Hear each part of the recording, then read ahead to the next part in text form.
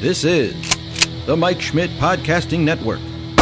I'm not making any money talking these days. Good Christ.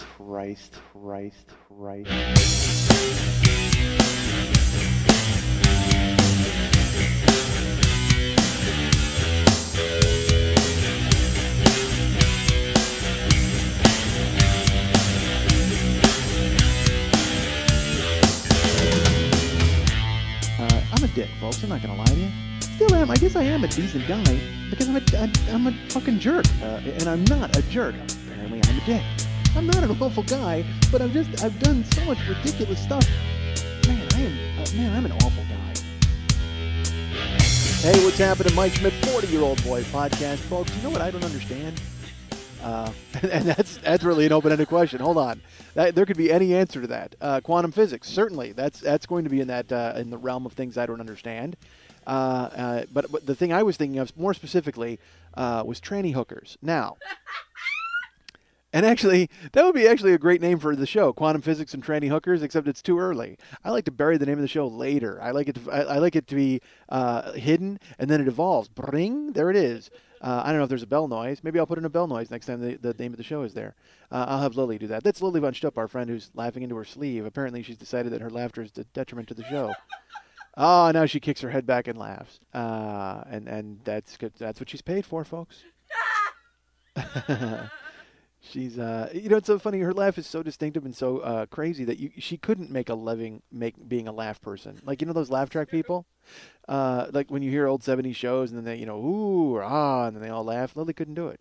She would have to be like there would have to be a Lily button. Literally, I don't know what situation in a sitcom you would need her laugh, but certainly it would arrive.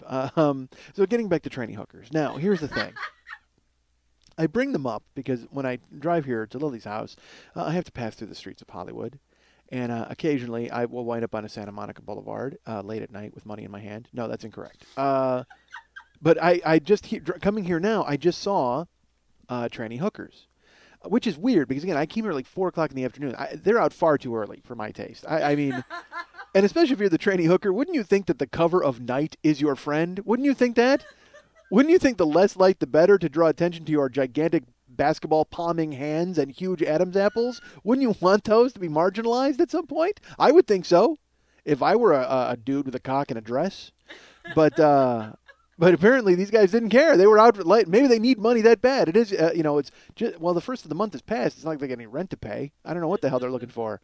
But yeah, I saw dudes in dresses just standing on the corner, and like crazy, Pam Grier in coffee afro and white boots. They could have, quite frankly, they might not have been tranny hookers. They might have been off to shoot a film or something. Because, again, this town, who the fuck knows what's happening? I have no clue. But getting back to still tranny, but it made me ponder the tranny hooker. Okay? Whether it's daylight or nighttime, who cares? I still have the same questions. I don't care if it's daytime or nighttime. I still need to solve the puzzle that is the tranny hooker. Here's my question. If a guy picks up a tranny hooker, he knows he's picking up a tranny hooker, right? That guy is into that certain deal. Yeah, Lily nods because she knows the pathology of guys who pick up hookers. So if a guy picks up a tranny hooker, he knows he's getting involved with a tranny hooker. All right? So my question is the tranny hooker involving their cock at any point in this extravaganza? Because I don't know. I think, doesn't the tranny hooker basically make their money with their mouth? I mean, just like myself, I'm sort of like a tranny hooker in that way. I make money with my mouth. I would assume so does a tranny hooker. Because I think that a guy who picks up a tranny hooker is mainly going for, he's just going to get a blowjob, right? I would think. I don't know how it works because here's why this whole thing evolved in my brain. If a guy is picking up a tranny hooker and he's hoping to involve himself in cock play, let's just coin a phrase there. And by the way, that is the worst tribute band to Coldplay I've ever seen in my life. Cock play. They were horrendous. Although their great song Cocks was terrific. Like clocks. Coldplay. Nobody? Fucking keep up. Here's my question. If they're going to involve themselves in cock play, why does the tranny hooker do the tuck? Because if they do the tuck, and then the guy wants to involve. Don't they have to unleash it then at that point? Doesn't the tuck involve a lot of work and a rope and a fucking pulley system and a blueprint or something and a schematic? I think. So if you're a tranny hooker, why would you bother with the tuck if eventually your cocks get involved? I mean, I'm assuming it's not getting involved. Like they're trying to fool people into think that they're chicks. But first of all, they're obviously not chicks. So any guy who picks them up, that's what he's looking for. He's looking for a dude hooker. But does he want to get involved with the cock, or does he just want a blowjob from like a dude? But it's just like a chick, so it's okay with him. I don't know how it works. Because I mean, if you're a guy, why not just go get a woman hooker to blow you? Why wouldn't you? If that's all you want is a blowjob, go get a lady hooker. Because then you're not jumping the fence at that point, and you're still mainstreaming it and getting exactly what you want. Because I mean, I think getting a tranny hooker and just getting a blowjob, that's like going to a museum for just snack bar. I mean, really. I mean, there's plenty of other things to look at, but you're going for something. I mean, everybody's got a mouth. We've all got them. You know what I mean? It's like going to a steakhouse and ordering salad. I mean, I think if you're picking up a tranny hooker, the cock should be involved at some point, right? All right. I thought of all that in the car on the way here because I saw them, and again, you know what I should have done? Pull over and ask them. But you know what? That's the thing you don't want to be pulling over and rolling down the window and talking to the tranny hooker. That is not going to look good for anybody, for the hookers, for you, for the cops who are inevitably going to stumble by and go, "Excuse me, Mr. Murphy, will you pull over, please?" Because Eddie Murphy, he's just giving a nice lady a ride home. We all know that. A nice lady with giant feet. All right. Big size 13 feet, and because Eddie likes shrimp. All right, so this is horrible. Where did the show go? But it just I saw them in daylight, which also is not. Listen, tranny hookers, if you're listening, and I know you are, because there's like a support group for tranny hookers, and what they do is they will sit down and listen to the show. I'm telling you, stay out of the light, Carol Ann. That is not for, and that's a good tranny hooker name, Carol Ann. You do not, trust me, do not go into the sunlight. Go. I don't care how much foundation you cake on to your, especially because it was like 4 o'clock. I got news for you. In an hour, there's shadow. There's going to be shadow. And if a tranny hooker sees a shadow, I think that's 6 more weeks of blowjobs. I think we all know that for him and for anybody else who's in a car. What, do tranny hookers, they do that by the carload? I have no idea. I don't know how it works. I told you the one time we tried to pick up a hooker, we just basically made fun of her and peeled off because my friend called her a whore. All right. That's much earlier in year 2. Go ahead and look it up. All right. So I'm. It's what it's rants like the tranny hooker rant that lead this show to be an hour and 48 minutes long. I don't know. Last week was supposed to be compact. I was going to deal with everything that everything that was in the third act was going to be in the first act. It was going to be taken care of. There weren't even going to be acts last week, folks. There was going to be a show, and I was going to get out of there. And yet, I drop an hour and 48-minute anvil right in your lap. And then I think, like in my brain, I'm just like, oh, Jesus. Lily tells me how long it is, and I'm like, oh, my God, that seems long. And, well, I can only hope that it's okay, and the story is all right, and everything's fine, and the show worked out. And then my friend Jimmy Dore has his show Comedy and Everything Else. Their show comes out last week, 2 hours and 30 minutes. So, you know what? I think I'm off the goddamn hook, quite frankly. And their show, again, funny and interesting all the way through. And granted, they have 3, 5, 7 people talking at once. So, I mean, it's not at once, but I mean, it's a conversation, all right? It's not just one dude fucking yowling at the sky for an hour and 48 minutes. Actually, Jimmy should try that because he has his co-host Stephanie, and then he'll have a guest. What if Jimmy talked the first hour and 48 minutes and then brought in people for discussion? Hey, what do you think of the last hour and 48 minutes? That would work out. So I mean, I again, just when I think I'm pushing it, when I'm like, oh, you know what? I've gone ahead and set a new standard, an hour and 48 minutes. I mean, it didn't last 15 minutes, I don't think, before the next Comedy and Everything Else came out, thrashing my record. You know what it's like? You ever read those stories where Dane Cook is setting the record for the longest stand-up set, and then Dave Chappelle is beating it? Like Dane Cook, I think, did 5 hours of stand-up, and then Dave Chappelle did like 7. And this is an actual record now. They're keeping track of how long, stand-up comedy, that nuanced art that lends people to pay attention to what you're saying and the art of language, and yet these guys are doing 7 hours worth. Jesus, and I mean, I guess I shouldn't. I mean, I'm talking for 2 hours on this fucking thing, so I guess I shouldn't be shocked. But I couldn't imagine being in a club and watching Chappelle for 7 hours. I mean, he's great. He's fucking fantastic. And Dane is Dane. But 5 hours, it just seems like long. Really, really long. But now that's what we've got going on in podcasting. I do an hour and 48, and Jimmy Dore, by the way, who has no idea my show even exists. Let's be honest with ourselves. I know Jimmy's a friend from Chicago, but it's not like he and I are on the phone all the day giggling like schoolgirls. How did your podcast go? How did your podcast go? That's not happening. Uh, um, but I mean, how did his podcast go? It's fucking brilliant. It's like, he was on with Todd, and then Todd left, and now he just brings in guests, and that's even, if possible, it's even better. I mean, so that's how their show's going. It's going so well they can do 2 hours and 30 minutes, and everybody goes, "That's genius!" And I can do an hour and 48 minutes. Everybody's like, "Oh, dude, what's happening? Why are you talking so long?" So again, I guess it's the element of the second voice. There's got to be some weird math equation. Hey, math nerds. How about if you jump in and make an equation that is like with an integer and like I think pi is involved, 3.14. Let's get 3.14 involved in there. I was on the math team in school. Did I tell you that? All right, I was in the math team and was not good. Here's the thing. All right, again, I was double promoted as a kid, and I was smart and I could do things. However, I had I didn't apply myself at all. I was not interested in accomplishing anything in school other than eating lunch and playing in gym. That's all I wanted to do. So when I was in 6th grade, I was on the math team. I don't know why they put me on it. It's why? Because I could you could give me numbers like multiplication tables and all that. I could. This is so dumb. I could figure out math tricks that were simple for a 6th grader. Does that make any sense? Like I knew with 9, like the multiplication tables of 9, like 9 times 1 is 9, 9 times 2 is 18, 9 times 3 is 27. Okay. Well, I told my class, I was like, hey, did you know that 9 times 2 is 18? Well, 8 plus 1 is 9. And it was like I figured out that 7 plus 2 is 9, which is 27, and then 36 is 9, and 54 is 9. So I told my teacher that, and she's like, you need to stand up and tell the whole class that. I don't know if I was smart for figuring it out, or if I was dumb, or if I was late to the game. Who fucking knows? All I know is they made me stand up and write it all on the board and go, look, this is the way this works, and explain it. So then next thing you know, I'm hustled onto the math team. I don't know why. They should have seen by my grades and everything else that I was not fit for the math team, but I guess they thought that I would somehow a beautiful mind it, and I would be inspired. And I would turn into that guy. So here's what I did for the math team, folks. I would go to the math team meetings, and the reason I like the math team meeting is they brought cookies. So there would be math team after school, and we would sit there and we would meet, and I would eat like virtually every cookie, and then I would I would wait for them to call on me to do my multiplication table of 9 trick, which I will tell you rarely got called upon. They never really looked for that in the math team.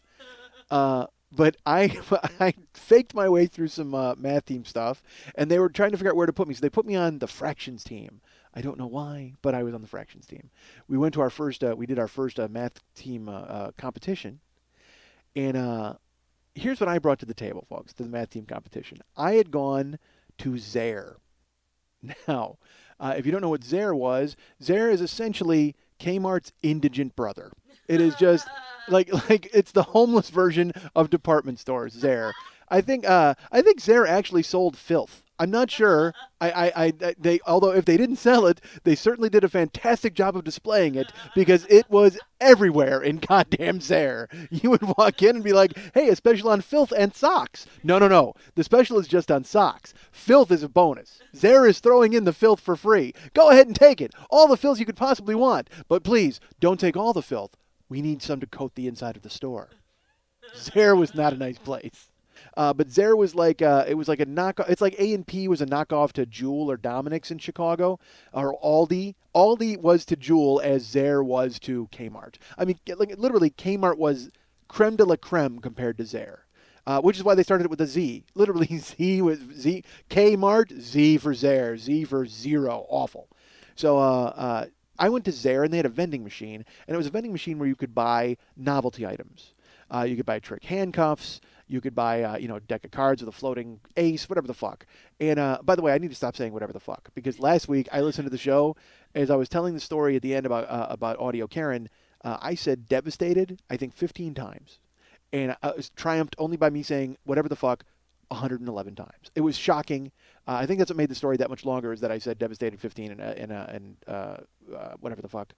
Whatever the fuck. All right, so So I'll often listen back to the show and I go, Jesus Christ, you got to stop saying that. It's like I have to stop saying, does that make sense? I need to stop saying that. Or that doesn't make sense to anybody. I need to stop saying these things. It's like when I said, if I'm on stage and I say, well, it's good to be here. You know things have gone completely awry. Well, I will tell you that if I say those things in the podcast, write me. Don't write me because you'll hurt your fingers. You'll get carpal tunnel from typing so much. All right. The fuck was I talking about? Where was I?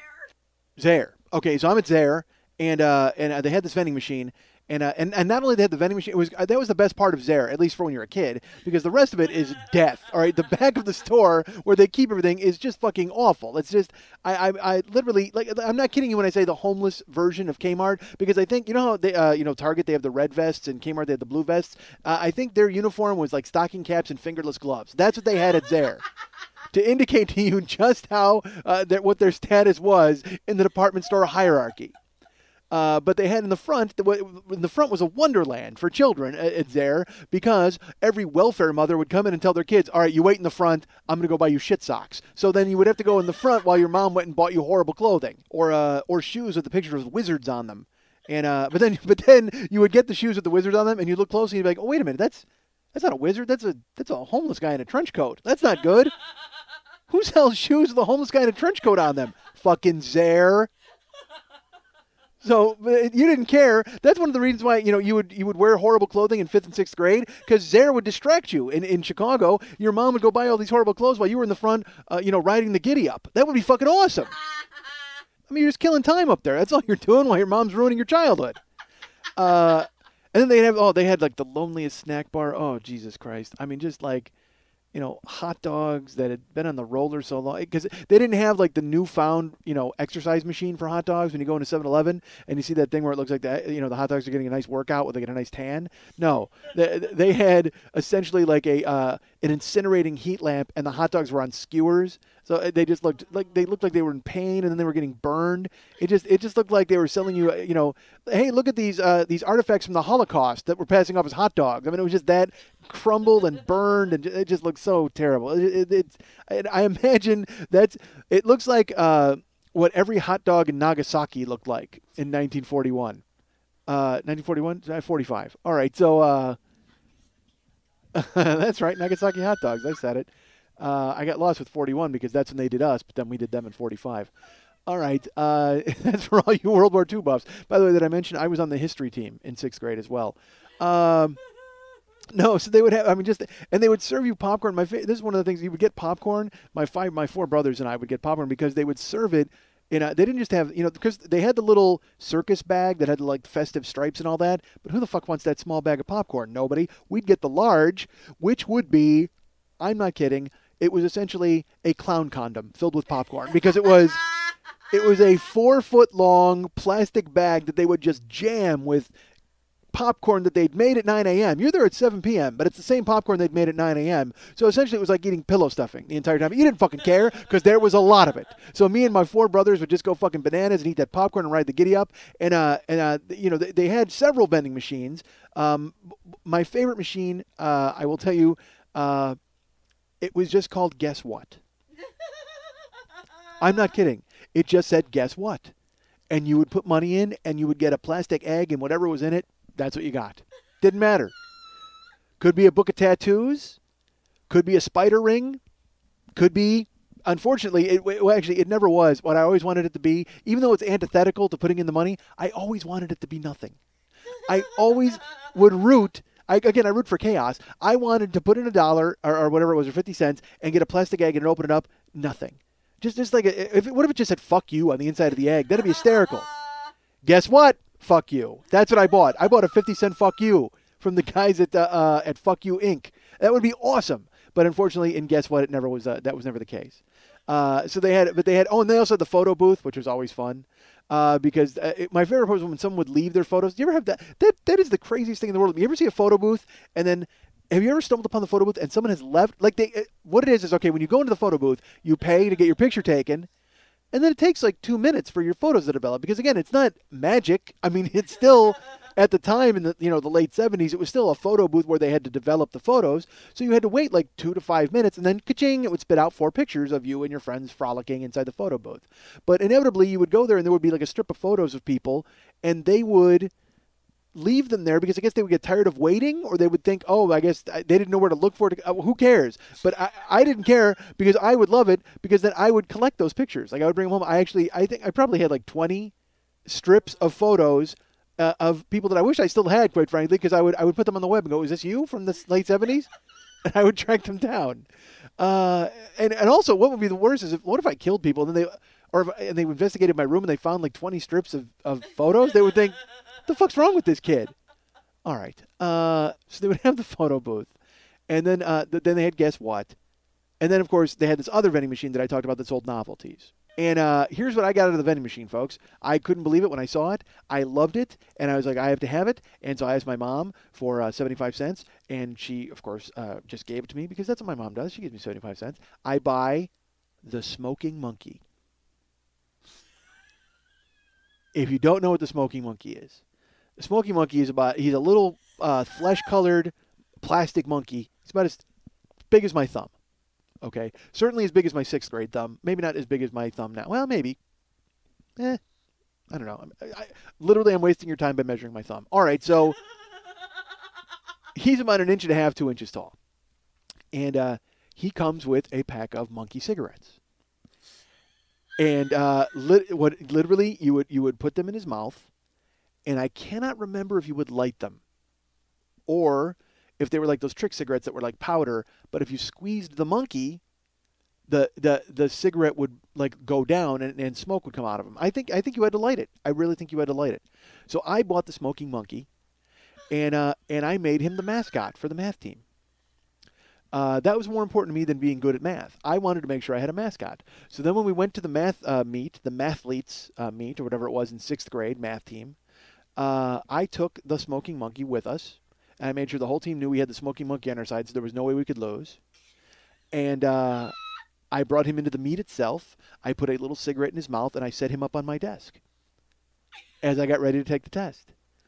And I can tell you, our math team would have been a lot more successful if somehow the Smoking Monkey had taken the test.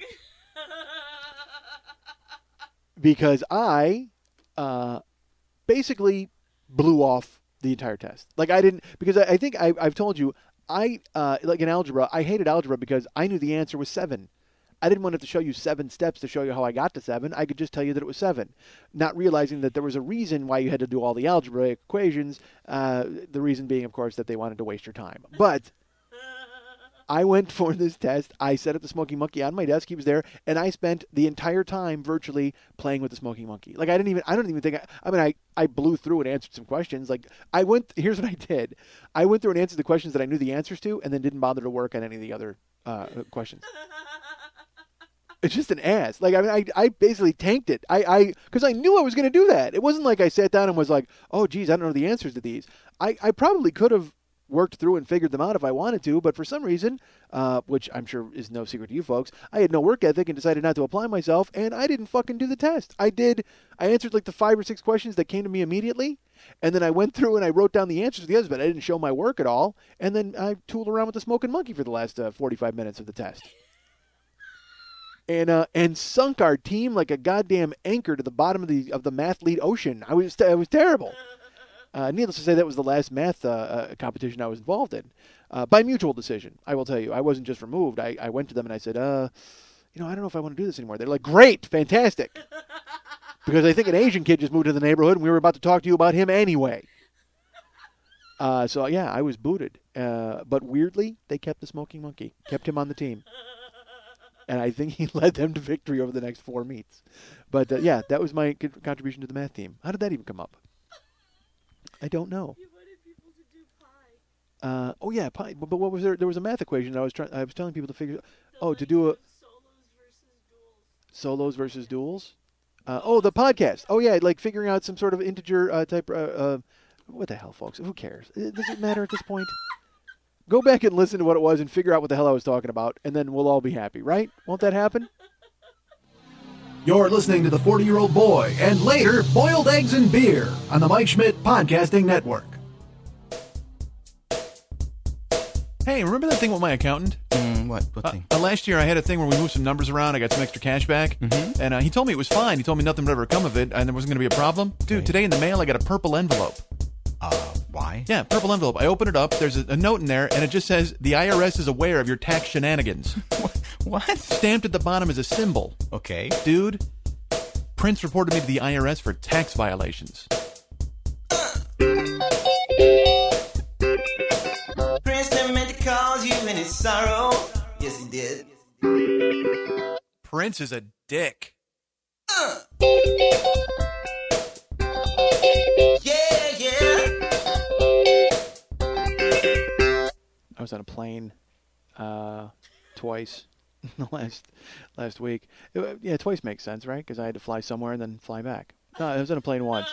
I was on a plane once for 6 days. It was the Spirit of St. Louis. Me and Charles Lindbergh were looking for his kid. All right. So I was on a plane. I don't even know why I just thought of this. All right. Because I was on a plane, and when you're on a plane, you think of 9/11. I do, anyway. It's the first thing I think of. But today, I went online, and they had new photos from 9/11. It was like a big deal. They're like, new photos from 9/11, which makes me wonder just how slow is that photomat? Seriously, I mean, we're looking at 9 years to get these things developed. Come on, fellas. Step up your game. But the problem was they were developed at one of the photomats crushed by the falling World Trade Center. So that's why it made... The guy dropped them off right then. Hey, how you doing? All right, so never mind. They were photos taken from police helicopters, and they're terrible. Of course, as we all know, that was a terrible incident, and it was a terrible thing. But they're amazing photos because they're as the tower started collapsing, and then you see the tidal wave of dust, covering the city. But the site where I saw them online, underneath, they have a comment section, of course, and the very first comment is 2 paragraphs from a guy about how people were tipped off not to go to the World Trade Center that day, and it was an inside job and all that. I mean, I'm sure you've seen these people, these conspiracy theory people regarding 9/11. I don't understand conspiracy theory people. I don't know. I was wondering if they found it comforting to think that there was a larger group of machinations behind what happened, or if they're just constantly searching because they don't want to go ahead and apply their own laser-like vision to their own life. They want to think that there's a reason they're being held down. I can't figure it out. I don't know. I'm just glad they all moved on from the Kennedy assassination to move on to 9/11 because they had beaten the Kennedy assassination into the ground. There were no theories left. There was really nothing else to say. Although, you know what? I have one. Here, take this. I suck on this, conspiracy theorists. I'm starting my own. And then you guys can debate it, put it out on the internet, and find out if it works. I think that John F. Kennedy hired Lee Harvey Oswald to kill Jackie Kennedy. That's right. I think JFK, because he wanted to go out and he wanted to dog ladies, he wanted to go ahead and have affairs. He hired Lee Harvey Oswald to shoot Jackie O, and then he was going to marry Marilyn Monroe. Take that, folks. Run with it. Was Marilyn Monroe still alive? I don't even know if she was. Was she alive or dead? Who cares? He was going to marry somebody or he was just going to fuck a bunch of chicks. So that's what he did. He hired Oswald to kill Jackie, but then fucking Oswald missed. That's it. Take that theory and run with it. It's like the same theory where I think John Edwards gave his wife cancer so he could go ahead and have an affair. I think he did that. He was rich enough. He was like a trial lawyer. He probably had access to vials of cancer, or maybe he just gave her a sun lamp. I don't know what the fuck he did, but he did that because he knew eventually he was going to bang this girl and get her pregnant and make a sex tape. Oh my God, John Edwards, what a failure. Seriously, how much of a failure could this guy be? And how happy is Bill Clinton, by the way, that he wasn't the first, all the fucking around that guy did, and he never knocked anybody up. He's got no sex tape out there. But then again, I guess he figured he was the president. I mean, it was bad enough having her sign the log and come in and blow him in the office. He figured he couldn't film it. Although, he wanted to. God damn, he wanted to. But John Edwards, what are you doing, you scumbag? And then the cancer wife, and then, dude. I talked last week about my wife and about how, when you're with somebody, they look at you with this awe or... Can you imagine? What is his wife... Like, what kind of look does she give John? Well, none now because they split up, thankfully. And but I mean, just that weird attitude of he had to be just waiting for her to die, right? I mean, that's just what a slob. Fucking kill that guy. Seriously, it's like whenever I hear about child molesters and stuff, and they're like, well, he's gonna go to jail. No, kill him. Just kill a guy like that. Kill him. It's not even an issue. I was on the child molester website the other day because here's why. The sex offender where they tell you where they live. and you can put in an address and see how many live around there. Well, I'll do that periodically to check around my house because, just in case, my wife gets up early for work. I know she's not a child. Look, I understand that. But it's sex offenders, so who knows who's going to push her down and tear her pants off. I don't know. So I want to make sure that I have a clear thumbnail of who's around and who would be willing to do something like that. So then I did that, and I went and looked at Mex's address because I was going out there, and then it's funny, I looked at one of my old addresses in Bolingbrook, and oh my God, like, because they give you like a little red dot, or there's a color-coded dot according to the crime that the person committed. And, where I live now, there's like 6 around me. And then around Mex's, I think there's 1, but he's like really far away. He's almost like 8 miles away or 10 miles away because Mex lives in a nice area. And then I put my old Bolingbrook. You couldn't even see the map. Like, I mean, it was like, it was so color coded. It just looked like someone had just dropped a box of push pins and then they all stuck in there because it is just, I think they actually live in a subdivision called Rapewood. I mean, I honestly, it was so fucking terrible when I went there and I saw all these dots. I'm like, oh, Jesus. And you start pulling up the names, you see what they did. And look, I get it. Sex offender could be anybody from, a guy who was 18 and he slept with a 17-year-old and the girl's parents were pissed off, to a guy who, unfortunately he set up a tent in a kid's, playground. I understand that. But Jesus, when I saw it, man, I was like, oh, really? You guys live in, Rapin Ridge? All right, good. Because I checked because I was home. I told you I was on a plane. I flew to Chicago, and I will tell you, dude, I was on the plane. Oh, get this. I'm on the plane, and the first flight, the flight from L.A. to Chicago, dude, nobody on the plane. It's the first flight I've been on in 3 years with empty seats. And I don't think I didn't luxuriate in it. I fucking put the armrest up. I spread out. I fucking slept. I did a handstand. I was very excited because, again, nothing better than to find out Fatty's not going to be inconveniencing someone or himself. And then, and I will tell you this, I was in the fucking airport. I stopped and, I don't know what it is, folks. I like to eat at the airport. I don't really because it costs $75. But there's something about, because I'll get to the airport like 2.5 hours early, and I like the idea of sitting there watching ESPN in a bar and eating a sandwich. I don't know why. I just do. It feels grown up to me to do that. It feels like hey, I'm an adult. I can do whatever I want. Well, I can go into this bar if I want. You know what? I can get a drink if I want, but I don't get a drink. But I get there to eat, and I'm in a Mexican joint, and I'm eating because I don't like fast food in the airport. Is just that's fast food anywhere. But if you actually sit down and have a sit down meal in the airport, for some reason it feels sophisticated to me. I don't know why. That's what a grown-up would do. A grown-up would sit down at Macaroni Grill and have a plate of pasta for $75 in the airport. He wouldn't, but I would. So I sat down at this Mexican joint in LAX, and I'm watching ESPN, and I saw a guy at the bar, and I wanted to be this guy. This is the guy, when I eat in restaurants, this is the guy I wanted to be. It was a dude in, linen pants, and really cool looking loafers, like expensive loafers, and he had kind of a button shirt, but the sleeves were rolled up, and he had rakish good looks with gray hair pushed back. He looked like Clooney kinda, but you know what he really looked like? He looked like Robert Culp. Do you know what Robert Culp is? Robert Culp was in I Spy. He's an actor. He was in I Spy with Bill Cosby.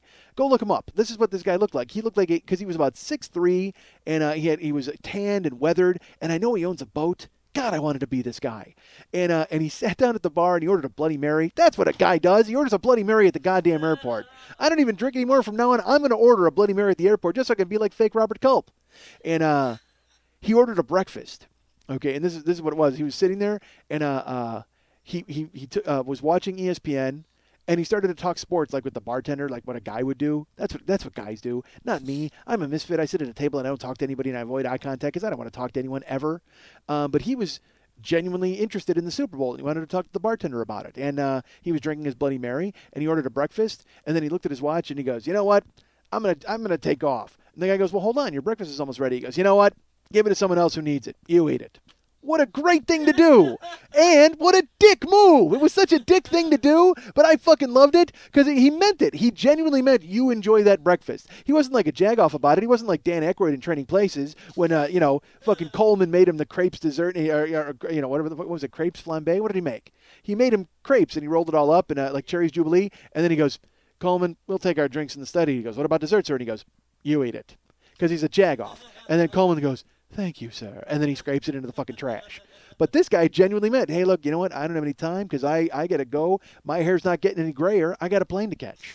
So he stands up in his linen pants and his perfectly rolled up sleeves, just to the mid forearm. God, it just looked like a man's man. It was almost like, you know what? I've got to go to a saloon and punch some Irishmen. I enjoy that breakfast. That's what he looked like.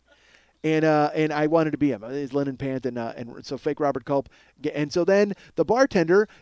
Now guys like that, I will tell you this: if he would have been a dick about it, the bartender would have been like, whatever. But truly, the bartender felt the same thing. Did you hear that monstrous noise right there in my throat? Folks, if you heard that, I apologize because I'm not going to stop. But it sounded like the Loch Ness Monster just reared itself in my throat. I don't know what that was. That was not going on because I have control of my mouth. I got no control over my throat, folks. I don't know what happens down there. Because it's fixed now. Now it's all squared away. Now it's got a mind of its own. It's feeling, you know what? It's sowing its wild oats, my throat. It's excited because I took medicine and now it's all healed. I can swallow. There's no pain. So then my throat's like, well, fuck that. I'm going to make my presence known on the podcast. He's talked about me for weeks. Why don't I let people know that I exist? So that's what that noise was just then. And if you didn't hear it, excuse the last 90 seconds. All right, so. But this goes to show how cool fake Robert Culp was. Okay, because the bartender went, hold on, sir. And he's like, no, you know what? I got to catch my plane. He goes, I'll get it for you to go. The bartender ran. I'm not kidding. Not even like a quick trot. He literally sprinted like you would hear like a pew, like that noise and a cloud of dust in a cartoon. And he ran to the back of the kitchen. And in record time, he had boxed up this guy's breakfast. And also fake Robert Culp then made like a sour face, like, dude, I don't. But he respected the effort of the bartender. So then he took that from the bartender, fished out another $5 and handed it to the bartender. He had already left a tip for the Bloody Mary and the breakfast over on the bar. But because he recognized the effort, because that's what fake Robert Culp does. That's what I would do in my linen pant, my rolled up sleeve. I would fish out an extra Abraham Lincoln and boom, press it right into the guy's hand. And that's what he did. He pressed it too. That was my favorite part. Is he fished it out and he didn't just half-heartedly throw it on the bar. He genuinely recognized the effort, took the breakfast, and then reached out and physically pressed the $5 into the guy's hand. It was great. I want to be fake Robert Culp. I want to be a man, basically, is what I want to be. I'm tired of being the 40-year-old. Of course, the 40-year-old man is not an interesting podcast because then it's just noises from the throat and bones creaking. No one wants to hear that. I've got half of that covered. You want to hear bones creaking? There was me breaking a knuckle or popping my... Hold on. That's what it's come to, folks. I'm cracking my knuckles into the microphone. This is horrible. All right, so I was in... I flew home to Chicago. I was home for like 5 days. I was at Mex's house taking care of some stuff, and then I saw some other friends. And inevitably, what happens is we wind up sitting around the kitchen table, and it turns into this podcast. It turns into versions, but everybody else has their versions of what happened. So I saw my buddy Jeff, and me, Jeff, and Dave. And then the wives have to be regaled with tales of what happened when I hit somebody with a snowball in the face. All right, so because, the thing was, Mex and I didn't go to college. Mex went to art school, and I did nothing. I went to an extra year of high school and then wandered the earth until I moved to California. I think I told you all that. But all my other friends went to college. But what that would mean is then I had a perfect in to go down to college and visit my friends. And whenever I would go down there, horrible things would happen. I'm not going to lie to you folks because that's what I bring to the table. I show up and I'm not cool in my linen pant with a rolled up sleeve and just pressing $5 into people's hands and drinking a Bloody Mary. No, I'm an idiot who steals a bagel and runs. I mean, that's what I did when I was that age. It was just the stupidity and because it was funny to me to do that kind of stuff. I would dine and dash or I would do those things and my friends would look upon me bemused and be entertained. And like I said, it's all great stories 20 years later. But at the time it was happening, maybe it wasn't so great. One time I was at dinner with my friend Jill, and I had told her, don't worry about it. I said, because she wanted to go, and I was like, no, let's hurry. And she's like, well, I got to get some money. I go, I got it. I'll take care of it. And then we went to dinner, and we ordered food, and I ordered extra food. Like I ordered 2 appetizers, and I was like, oh, I'm really hungry. Now, keep in mind, I knew this from the beginning, what I was going to do. I was doing this on purpose. But I ordered like 2 appetizers, and then she got dinner, and I got dinner. And this is food we didn't even eat. Like, we couldn't even finish it, but I was like, oh, I don't want to take it home, whatever. And then we ordered 2 desserts, and we got drinks. And at the end of dinner, I looked at her, and I said, hey, I didn't bring my wallet. She said, what? I said, I didn't bring my wallet. And she looked at me, and she said, why didn't you let me grab any money? I said, because we're going to dine and dash. Because I had told her before that I used to dine and dash, and she was always fascinated by it, but she had never done it. So now I decided, you know what? Since neither of us has any money, this is going to be the day to do it. We're going to go ahead and do it, and that's why I ordered all that food. I ordered a ton of food, so we would be able to run out on like a $40 bill, which at the time was gigantic, and so I told her, yeah, we're just going to take off. And she sat there and she made this face, and she got all like worried. She was like, "Oh my God, well, how are we going to do it?" And I said, "Well," and so then we sat there and we planned it. I told her exactly what we were going to do. I'm like, "All right, either you can be you can do the fleeing, or you can be the getaway car. What do you want to be?" And she's like, I don't even know. I said, well, if getaway car means you walk out right now and you get the car and it's running, and then I'll run outside, jump in the car, and we drive away. Or if you really want to feel what it's like, I'll go out and get the car, and you could be the person who runs out and jumps in the car. And she's like, oh my God, she didn't know which one she wanted to be, and she's all excited. And it took about a half hour before she finally got like her balls up. We're like, all right, well, let's do this. And we figured it out. She was going to go get the car because, again, she wasn't ready for that to be the fleer at this point. She was ready to just go get the car. And so we were sitting there, and she's ready to do it. And I'm like, all right, you're going to take the keys, and you're going to get the car, and you'll be right out front, and I'll come running out, and I'll dive into the car. And she's like, you sure? And I says, yeah, it's going to work out perfect. She's like, all right, you know what? I'm ready. Let's do this. And I'm like, all right, let's do this. And she looked at me and I go, I have my wallet. She said, what? And I pulled out my wallet and I paid for the check. And she's like, why you had your wallet the whole time? I said, yeah, but you wanted to know what it's like. And I didn't want to make you do it because, again, it's always a great idea for people to get into schemes, but then nobody wants to pull off the scheme. Nobody wants to be involved in the actual heist itself. It's fun to plan a heist, but nobody wants to do a heist. So I wanted her to feel what it was like to be me. Basically, I wanted her to know what it was like to be in my head for half an hour. To actually have to figure out the logistics of walking out and figuring out who's going to go here and how are we going to make sure we don't pay and who do we see. And she looked at me and she was like, that was great. Like, she was so excited for it. And probably because she didn't have to pay it off. Because, if we would have had to dive out and into the car and stuff like that, it would have made things a lot more complicated because it's messy. It's like, you know what it was? It was like committing a murder without having to, get your hands dirty. That's what it was. So I made sure that she basically knew what it was like to be me without having to actually sully her hands and be me. Because she's a better person than that. She doesn't want to have that on her conscience. So that's what I'm saying when I talk about, like, when I would go to, my friends were, living their college lives, and then all of a sudden, Tasmanian idiot would blow into town and ruin everything. And not that my friends, their hands weren't clean. Okay. I mean, it was like, I would go to college, and my friends it was crazy. Our group was so weird because there was like two Polish guys. One that was me. I'm a German-Irish guy. There's a Mexican guy, an Italian guy, a Japanese guy. We were like the UN of evil. I mean, it was just, we were sitting around telling these stories the other day. That's what they, my buddy's wife is just like, wow, you guys were just like this awful 10-headed monster that no matter where you went, shit would happen. I'm like, yeah, that's pretty much sums it up. That's exactly what would happen. I would go down to college to visit my friends, and all right, one time I went down to. A lot of this took place at U of I, because I told you when I went down to Northern with Laporta and those guys, and we almost fought the frat, and the frat wouldn't come out. Well, we were at U of I. We had gone down there for the U of I against SIU, Southern Illinois football game, because some of my friends went to Southern, some of my friends went to Northern, but we all wound up at U of I for this football game, and we crashed at my buddy Dennis's house.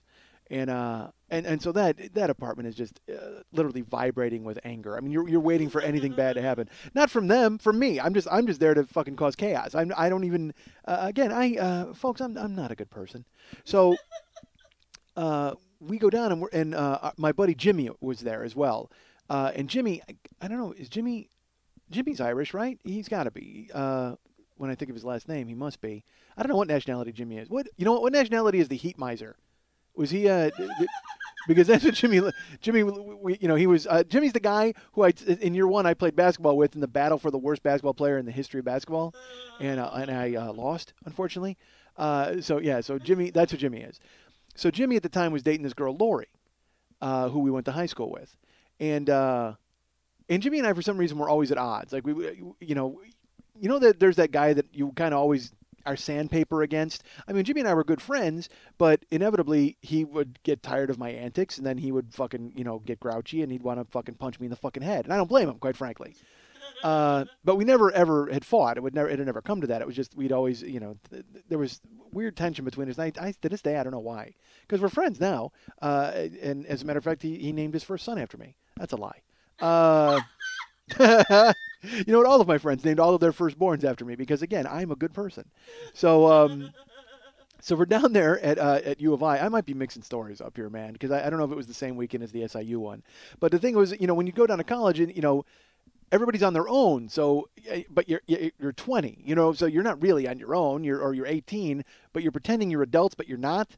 So that's during the day we'd pretend we were adults. We'd go out to eat or we'd hang out, and then we were getting ready to go out that night. And then, unfortunately, then the apartment turns into like that a cologne tornado where everybody is just using their own different kind of colognes and they've whipped together into a crazy fragrance hurricane. Oh, it's awful. And it's college, so everybody in there, everybody thinks they're going to go get laid. Everybody.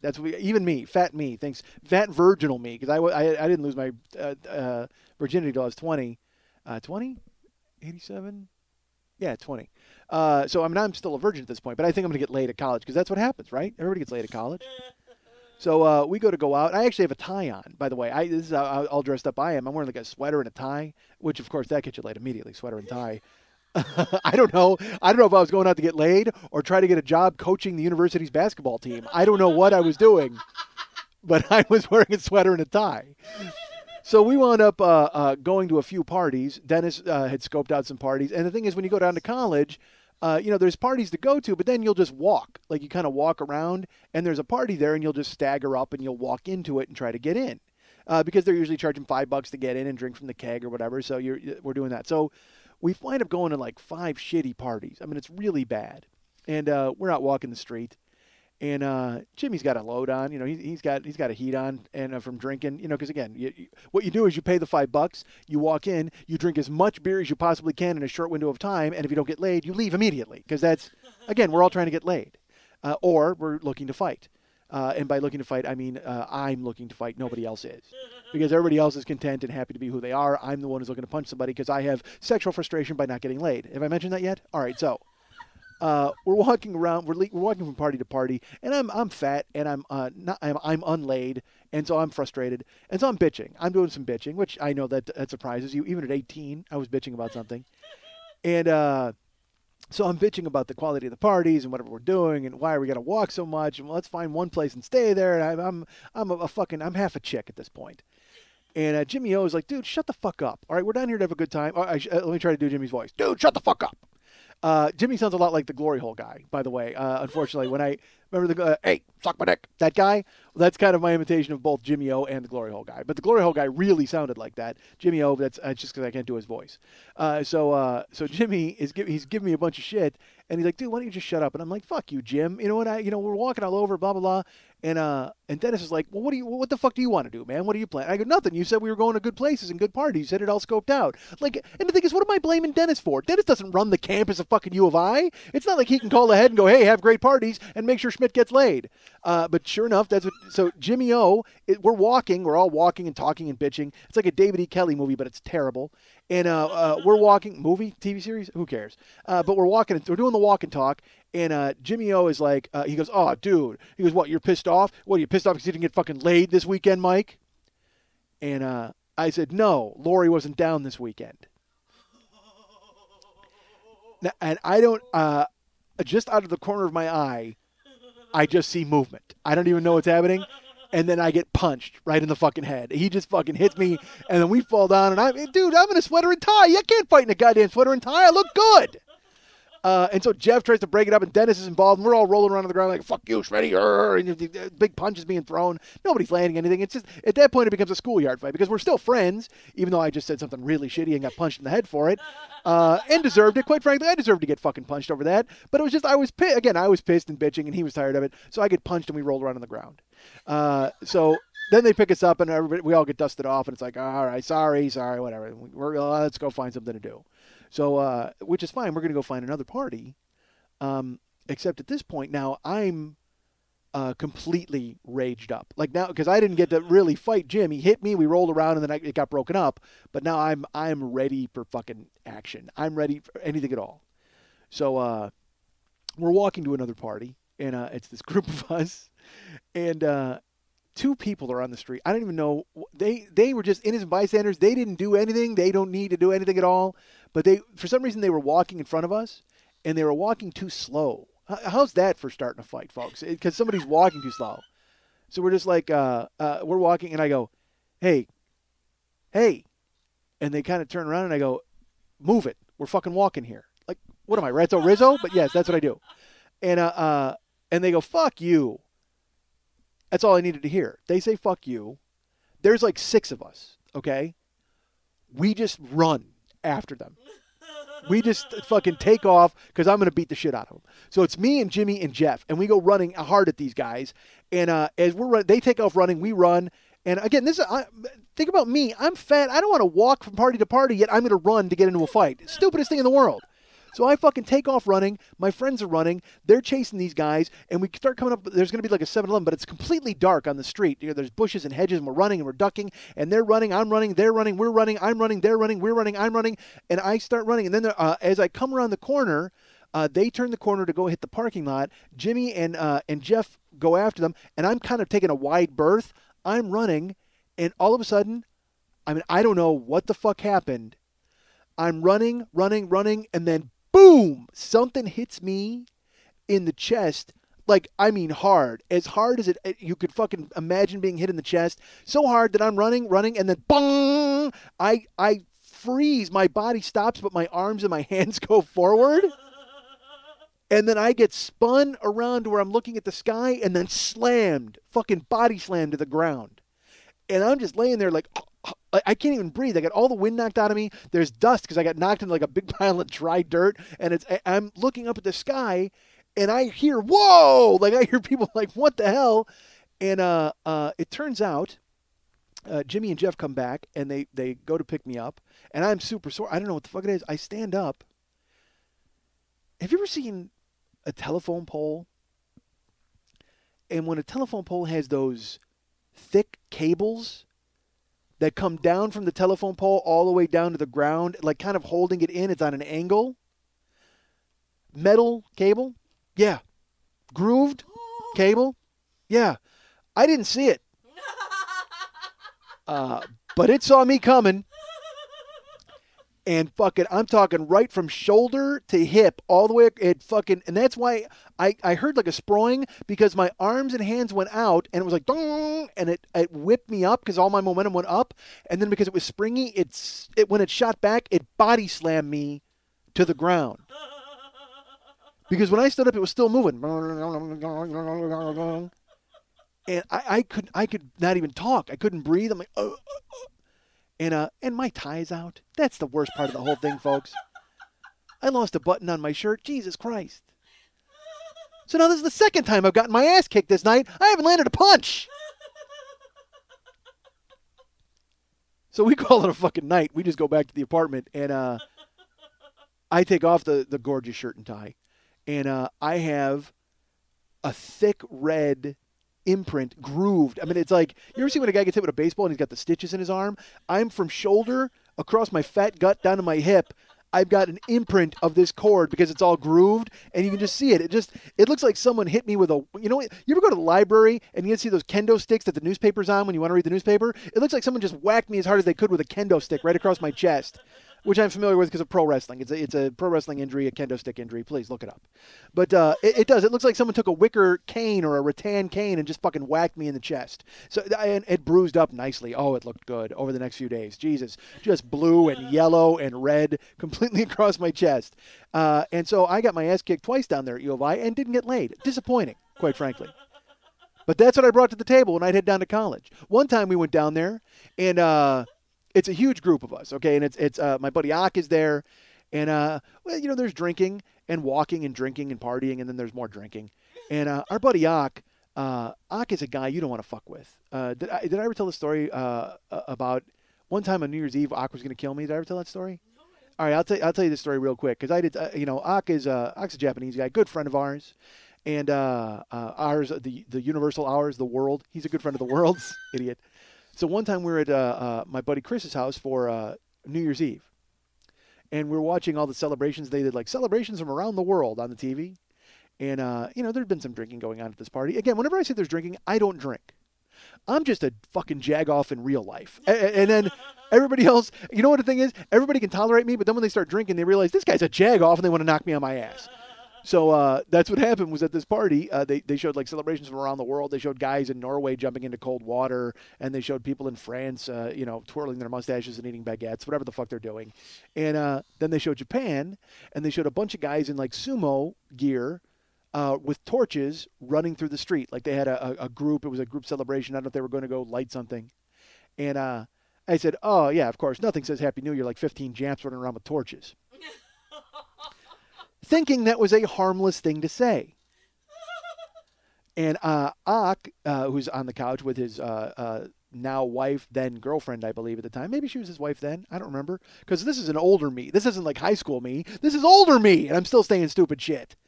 And he goes, what the fuck did you say, fat man? Now, no one's ever called me fat man. Certainly not someone I grew up with. So I realized right at that moment that Ak was going to fucking murder me. And I went, what? Because normally, again, I'm ready. I don't mind. At the time, certainly, I don't mind fighting. You know what I mean? I'm ready to do it. But I don't want to fight Ak. Ak's going to fucking kill me. It's going to be terrible. And especially at New Year's at our friend Chris's house. We're all, again, I think I might have been wearing a tie again. What? You know what? That's the thing. I can't wear a tie. If I wear a tie, I'm going to wind up in a fight. If you ever see me wearing a tie, just know someone's going to fucking jack me at some point. So I just went, what? And he goes, the fuck do you mean by that comment? And his girl, his then girlfriend, now wife, or maybe then wife, she goes, honey, don't worry. He didn't mean anything by it. I go, yeah, I didn't mean anything by it, dude. And he's like, no, that's a fucking slur. You shouldn't say. And I don't even remember. He just takes off on me and starts yelling. And he gets right close to me, like in my face, where people got to get him to stand down and kind of, thank God my buddy Mex is there and another guy, and they kind of calm him down and separate him from me. And because like I said, Ak in high school, I'll tell you this, was voted like best smile. And then later on had that tooth knocked out in a fight. One of his front teeth was knocked out in a fight. So now he actually still has a gorgeous smile, but he can actually take his tooth out at certain times. And that was what that was what our indicator from when things were going to that were bad were going to happen when Ak took the tooth out. When the tooth came out, we'd be like, oh fuck, this is, that's as bad as me talking shit to somebody, because the tooth comes out, shit's hitting the fan. When the trouble starts when the tooth comes out. Let's put it that way. So I'm waiting for him on New Year's to take the tooth out. I'm like, oh no, he's not going to take the tooth out. Is he going to take the tooth? I go to Mex. He's not taking the tooth out, is he? And but instead they calmed him down. And some time passed by, and then I went and sought him out, and because I really meant nothing by it. And so I took him aside and I go, Mike, I would never say anything like that, terrible like that. I didn't mean it. I was just being silly and joking around. And he still was kind of drunk, but he just kind of nodded. Yep. Yeah. Like he understood and it was cool. We weren't exactly, he didn't exactly shake my hand. I know, but at least the tooth didn't come out. All right. Let's put it that way.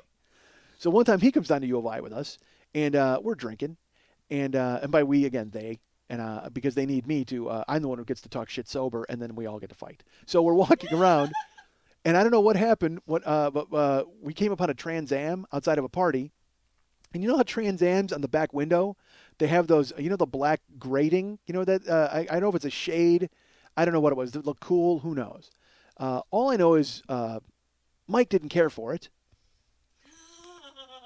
So Mike's like, hey, and he goes over and he grabs it, and it takes some effort, but he rips it off the back window of the Trans Am. He rips the entire grating up.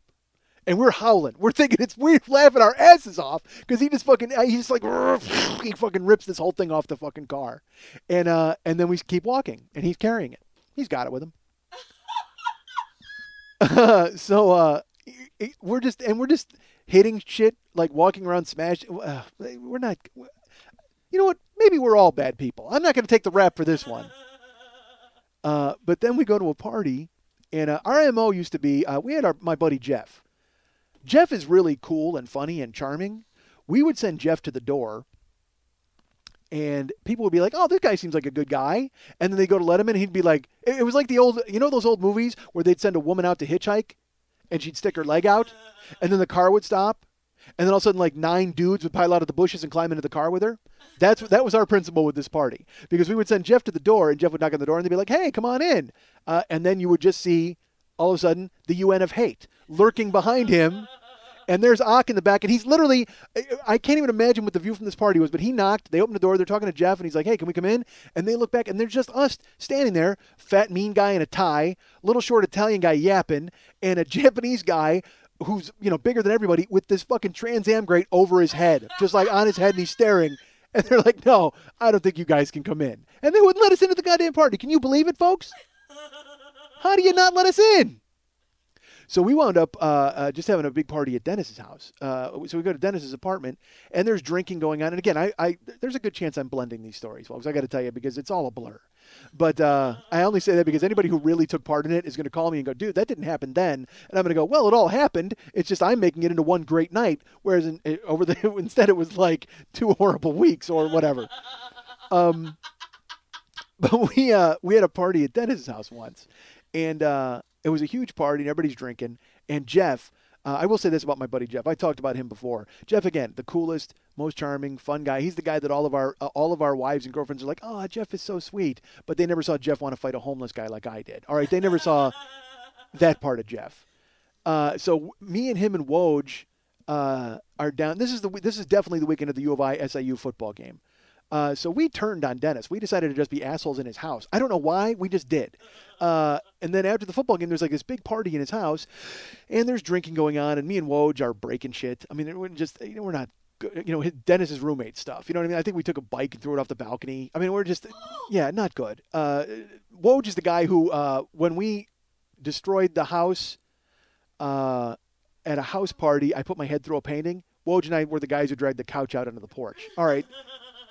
So I realize I'm scattershot all over the place here, folks. I apologize. But so we're at this party at Dennis's house, and Jeff gets loaded. I mean, fucking hammered, like crazy, hugging you, kissing you on the cheek, drooling hammered, like that kind of crazy. So we're of course encouraging him to do crazy shit when he's drunk. So he's loaded, and we're having a good time and everything. And Jeff goes, you know what? I'm gonna put my fucking head through the wall. He says that to me and Woj. Me and Woj are like, you got to fucking do that. So he's like, you know what? Stand back, goddammit. I'm putting my head through the fucking wall. And everybody, of course, we all think that is a fucking fantastic idea. So the whole crowd gets behind it. We're like, dude, you got to put your head through the wall. Come on. And we start chanting his name. Okay. I can't give my friend's last name. Okay, because he probably doesn't want me telling this story, let alone giving his name. But my buddy Jeff is there. It's a name that's like Schmitty. Okay, so we'll just use Schmitty. How about that? Enjoy that. So we all start chanting, Schmitty, Schmitty, Schmitty, but we're saying his name.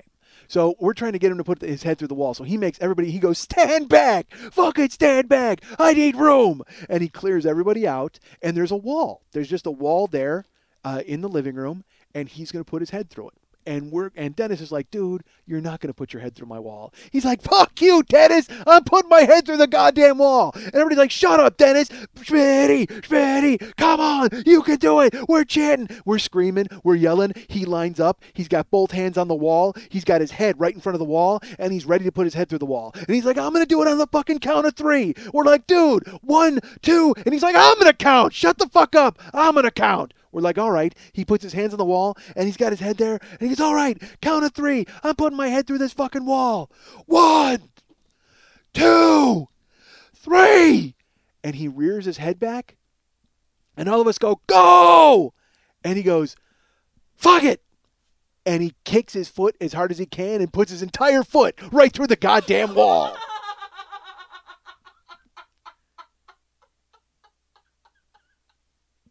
Because even drunk, he realizes I can't smash my head through a goddamn wall.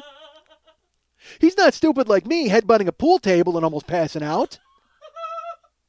He had, in his drunken stupor, he had a moment of clarity, and he even said it to me this weekend. We were talking about it. He goes, you know what? He goes, I remember thinking, even drunk, even crazy blind drunk with people yelling, I remember thinking I could die if I put my head through the wall and there was like a stud there. And that's all I need to be is the guy who died during a college prank, putting his head through a wall by getting a stud in the head. Awful. I can't do it. So instead, literally, he goes, 1, 2, 3, and he goes, fuck it, leans back and just fucking kicks karate kicks his fucking foot right through the wall. Huge hole. Awesome. The place goes crazy. We didn't even care about his head at that point. We're like, fuck, there's a hole in the wall. Who cares? Fantastic.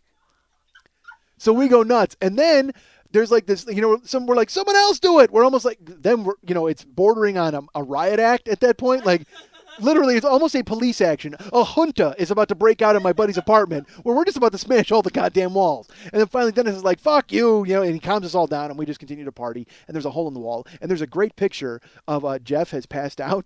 Jeff, he's not passed out, but he's on the ground with his head up against the wall with a drunk face, and he's just pointing at the hole. With like one eye closed, Popeye style. Just like, yeah, I fucking did that.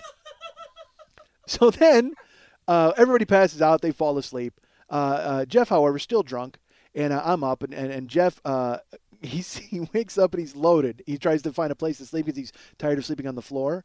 And there's a container of mustard out on it's on the table. And it's, one of those like Plochmans or French's. It's a squeeze bottle of mustard. And this is when squeeze bottles were first invented. So I guess it's fascinating to us. So he takes the squeeze bottle and he's like, watch this. And he writes his name in mustard on the table. He takes the whole table. And again, his name is, I can't tell you his name, but it's like Schmitty. Okay? So we'll just say he wrote Schmitty on the table, and he wrote it in mustard. And he wrote it very nicely. It was in cursive, and it was just like, Schmitty. He spelled it all out, and just elegant. And then his name also has an I in it. That's why I'm saying it's like Schmitty. So we'll use my name as a substitute. And he spells his whole name out. He writes it out, and then he dotted the I with the entire bottle of mustard. He wrote his name all. He's just very nice, elegant, and then just squeezed it out where there was this gigantic pile of fucking mustard dotting the I in Schmitty. It was awesome. This is shitty. No, so I tell you this because I don't want you to think that I'm just the only psychopath in my group. All right, there's plenty of idiots that I know, and they all bring idiot to the table. Sure, they've all grown up and they have kids and they're married, and I continue to bring idiot to the table. But please know that when there was the Last Supper of Idiocy, it was not just me in the center with nobody around me. It was me in the Jesus chair, and I had a Jeff, and I had a Mex, and I had a fucking Ock, and I had a Dennis, and I had a big guy, and I had a Woj, and I had a Jimmy, and all of them were just apostle style around me at the Last Supper of Idiocy. And behind us, there was a huge fucking hole in the wall. And right in the center of the table, there was just one word written with an I in the middle of it, and the I was dotted with an entire bottle of fucking mustard. You guys can get me at Mike at MikeSchmidtComedy.com. You guys can get me at MySpace.com/MikeSchmidtComedy. You guys can be my best friend forever at Facebook, even with their new fucking horrible page. Why are you doing that, Facebook? Seriously, why are you changing? I just learned you. And, because they change it for dumb people. They take words out and put it in pictures because people are dumb. All right. Hold on. There's a gunship approaching. What the fuck is going on? Do you hear that? I don't know if you guys can hear that on the microphone. I'm telling you, because when I drove in, I saw there were choppers with dual helicopters. Folks, we could be under siege. I have no idea if we're under siege. All right. We're just close to the police helicopter place. Oh, okay. My fault. I apologize, folks. I panicked for no reason. We're close to, my favorite line, we're just close to the police helicopter place. Really? Is that what they call it? Is that the sign outside? All right. So that's that. You guys can be my friend at Facebook.com/the40year-old-boy. You can follow me at Twitter.com/the40year-old-boy. Please use the number 4040 on those. And also you can follow Lily on Twitter at Twitter.com/mntees.com. And if you want to write Lily a personal note, write her at Lily, Lili, at burlesque411.com.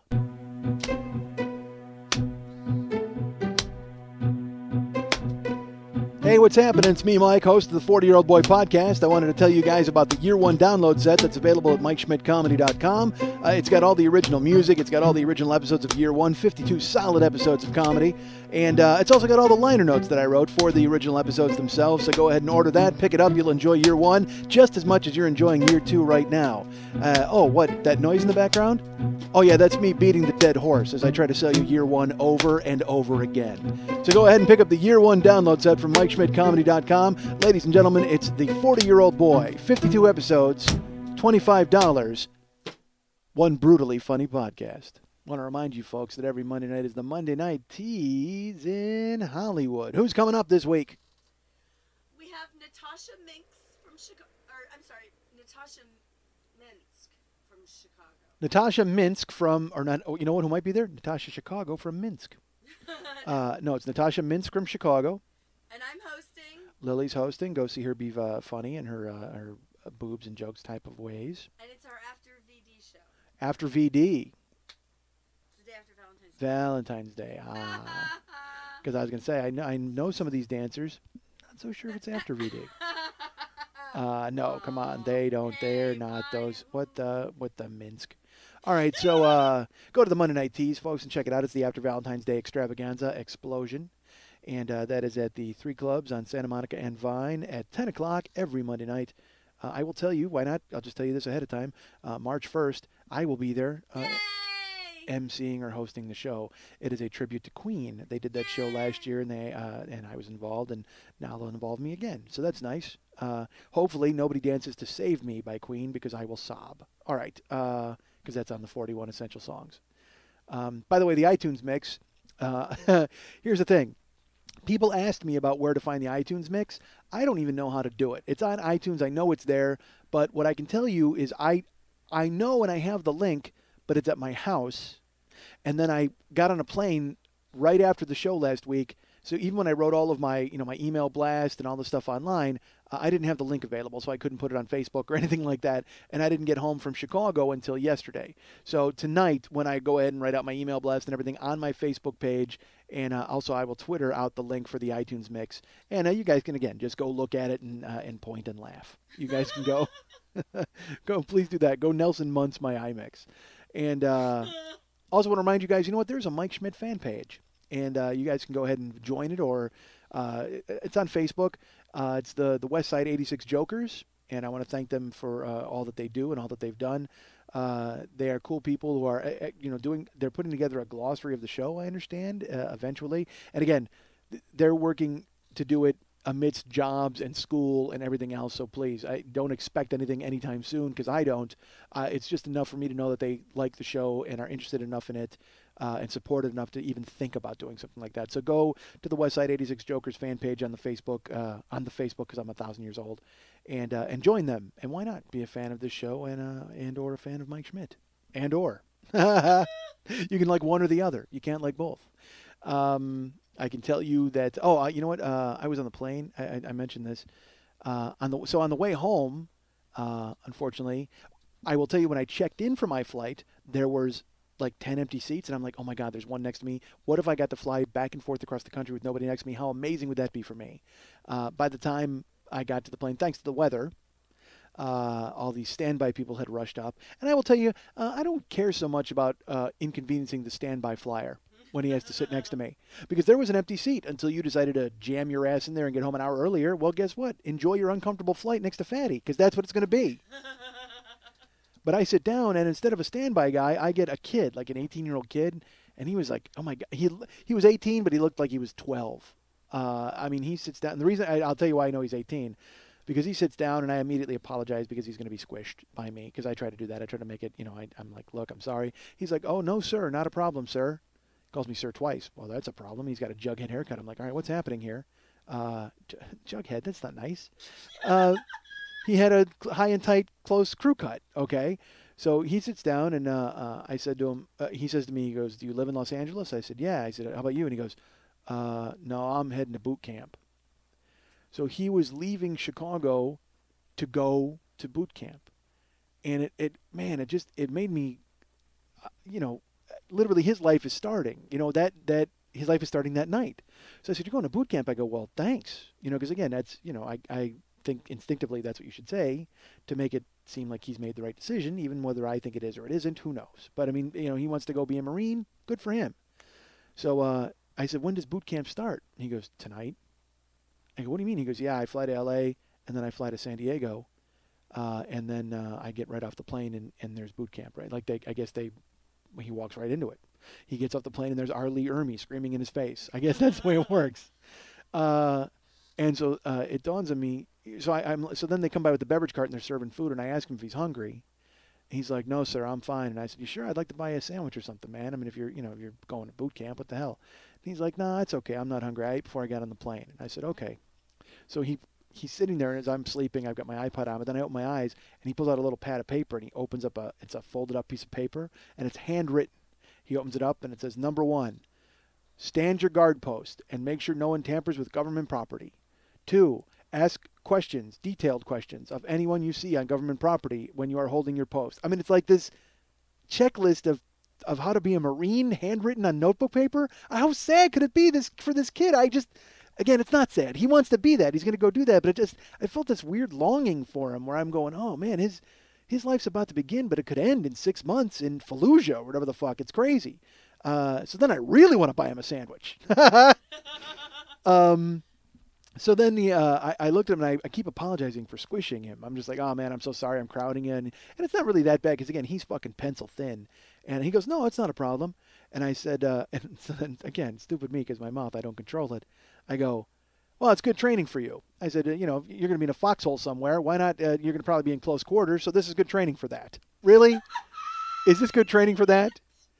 I got news for you. Being in a foxhole with his fellow Marine brothers is probably a lot more preferable to being squished by Fat Guy with Sky Mall magazine. I mean, who the fuck do you think you are? Shut up, stupid.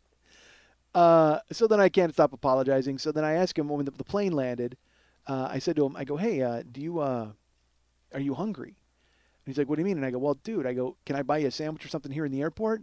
And he goes, well, you don't have to do that. I go, I know I don't have to do that. He goes, no, well, I was going to eat, but I mean, I have my own money, sir.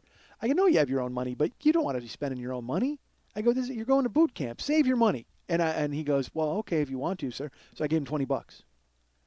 And he goes, oh, you don't have to give me this much. I go, come on, eat twice. Eat some crazy giant meal so then you throw it up when you're running around boot camp. Because, again, I can't make the guy stop thinking about how he's wasting his life. I go, eat some crazy big meal so you throw it up as you're running around boot camp. So I've done something nice, but at the same time I've reminded him that his life is ending in like 25 minutes. What a stupid, stupid thing to say.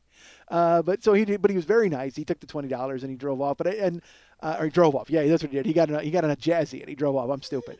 But he took the $20. We got off the plane, and then I saw him as I'm leaving. He's huddled. They take him, and he's with like 5 other guys who were going to boot camp, and they have to wait to be brought to their San Diego plane. So I guess it's to make sure they don't escape.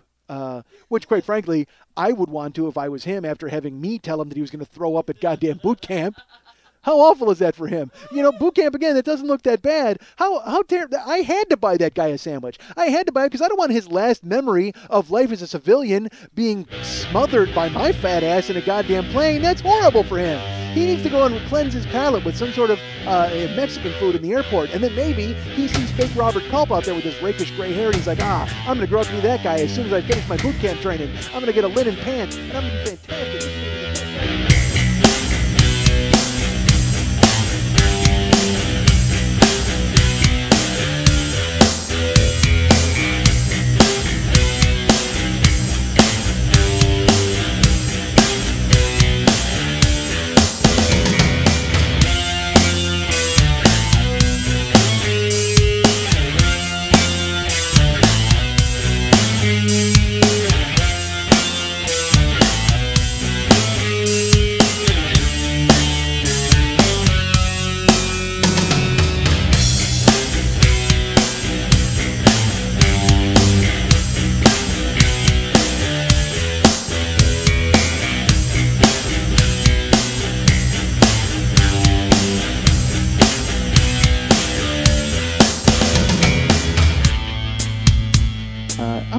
I'm not going to lie to you. I'm a decent guy because I am a jerk. And I'm not a jerk. Man, I'm an awful guy. I'm not an awful guy. I am not a good guy, but I don't think I'm a bad person overall. So, and go ahead and by all means judge that. I'm kind of a jag-off. I got no future. What am I talking about? But I am a jag-off. And I'm not a jerk. I'm a nice guy. It's just I guess I have jerky tendencies. I've done so much ridiculous stuff, and then I wonder afterwards, I'm like, man, how come I don't hang out with anybody? Here's why, because you're a dick.